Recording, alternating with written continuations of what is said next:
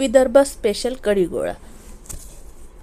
नमस्कार मंडळी, युबी kitchen and ब्लॉग्समध्ये आपले स्वागत आहे। आज मी दाखवणार आहे तुम्हाला विदर्भामध्ये खासरित्या डाळीपासून भिजवून केलेला जो कढी गोळा आहे त्याची कृती। चला तर कृतीकडे वळूया। ही आहे तुरीची डाळ जी आपण आपल्या जेवणामध्ये वरण भातासोबत शिजवल्या जाते ती डाळ। आता ही डाळ 4-5 तास भिजून घेतली आणि हे भिजल्यानंतर अशी मिक्सरमधून काढून घेतली। मिक्सरमधून काढताना प्लस मोडमध्ये काढायची, म्हणजे ती खूप जास्त बारीक आणि सगळी राहत नाही, व्यवस्थितरित्या ती बारीक होते। पाटावर सुद्धा ही डाळ वाटता येते। डाळीमध्येच मी थोडी कोथिंबीर आणि कढीपत्ता टाकला आणि ही जी डाळ आहे ती एकदा फिरवल्यानंतर दुसऱ्या वेळेला मात्र खाल वर करून घ्यायची, म्हणजेच ती मिक्सरमधून चांगल्यारीत्या अशी बारीक होऊन बाहेर निघते। जवळजवळ 2 वाटी ही डाळ भिजत ठेवली होती आणि त्यानुसार आता गोळे करत आहे। आता डाळीच्या जी भिजलेली डाळ बारीक केली यामध्ये टाकणार आता तिखट, मीठ, हळद आणि ठेचा, कोथिंबीर। आता एवढ्या मिश्रणाचे जवळजवळ 14-15 गोळे होतात। आपण कोणत्या आकाराचे गोळे करतो याच्यावर अवलंबून असते आणि त्यानुसार हे असे मी गोळे करून घेतले। आणि गोळे करण्याआधी पूर्ण हे हाताने मिक्स करून घ्यायचं, नंतरच गोळे करायचे। आता गोळे पूर्णपणे तयार झालेले आहे। मी इथे तुरीच्या डाळीचा उपयोग केलेला आहे। आपणास आवडत असल्यास हरभऱ्याच्या डाळीचा सुद्धा तुम्ही उपयोग करू शकता। आता गोळे झालेले आहे पूर्णपणे तयार।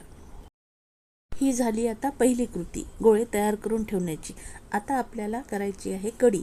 तर त्यासाठी हे मी पाकिटातलं ताक आहे, याला हे मी इथे विकत आणलं। इथे असं छाछ मिळते, गुजरातमध्ये असं लिहिलं जाते। तर आता हे मी 2 पाकिट असं यामध्ये टाकून घेतले बाउलमध्ये। आता या ताकामध्ये मीठ टाकलं, थोडं बेसन आणि रहीनं मिसळून घेतलं, त्यामध्येच हळद टाकली आणि मीठ। तर या ठिकाणी दह्याची सुद्धा कढी करता येते, मी मात्र इथे आज ताकाची कढी करत आहे। याप्रमाणे कढी तयार करण्याकरता असं ताक आता तयार झालेलं आहे। आता कढी फोडणी देण्यासाठी गॅस ऑन केला, कढई ठेवली, कढई गरम झाली, त्यामध्ये टाकलं तेल। तुम्ही इथे तुपाचा सुद्धा वापर करू शकता। तेल गरम झालं, त्यामध्ये टाकली मोहरी तडतडली, त्यामध्ये जाईल जिरा झाला, त्यामध्ये टाकली हिरवी मिरची। आता यामध्ये जाईल थोडा हिंग झाला की त्यामध्ये जाईल कढीपत्ता झाला की ठेचा टाकूया थोडा आणि याला छान फिरून घेऊ। गॅसची पॉवर मात्र कमी ठेवायची, नाहीतर आपली फोडणी जळू शकते। आणि थोडी टाकायची कोथिंबीर आणि कोथिंबीर पूर्ण मिक्स करून घेतली की त्यामध्ये टाकायची आता आपण जे ताक बनवलं आहे कढी करता ते। ताक सोडताना मात्र थोडी पॉवर मोठी करायची आणि ताक सोडायचं। खमंग आपली कढी होणार आहे तयार।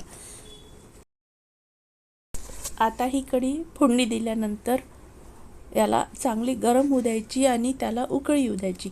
उकळी आल्याशिवाय यामध्ये गोळे टाकायचे नाही। आणि आता बघा, याला आता उकळी येणार, आपण बघूया। बघा, आता ही अशी छान उकळी आलेली आहे। आता यामध्ये जाईल आता तयार केलेले आपण यापूर्वी गोळे। असे एक एक करत सर्व गोळे यामध्ये असे टाकून घ्यायचे। आता हे गोळे टाकल्यानंतर याला हलवायचं नाही की काहीच नाही, गॅस मिडियम ठेवायचा। आणि हे गोळे जेव्हा शिजतात ना, तेव्हा आपोआप असे वर यायला लागतात। मग मात्र ते हलकेसे चमचा टाकला की आपोआपच वर येतात आणि त्याला शिजले हे तेव्हा समजायचं। आपोआप जेव्हा गोळा वर येतो ना, तेव्हा तो शिजलेला असतो, हे समजून घ्यायचं। तसेच आपण थोडं चेक पण करायचं, थोडा वेळ द्यायचा। आणि हे आता गोळे झालेले आहे तयार। यामध्ये टाकायची छान अशी कोथिंबीर आणि घ्यायचे प्लेटमध्ये.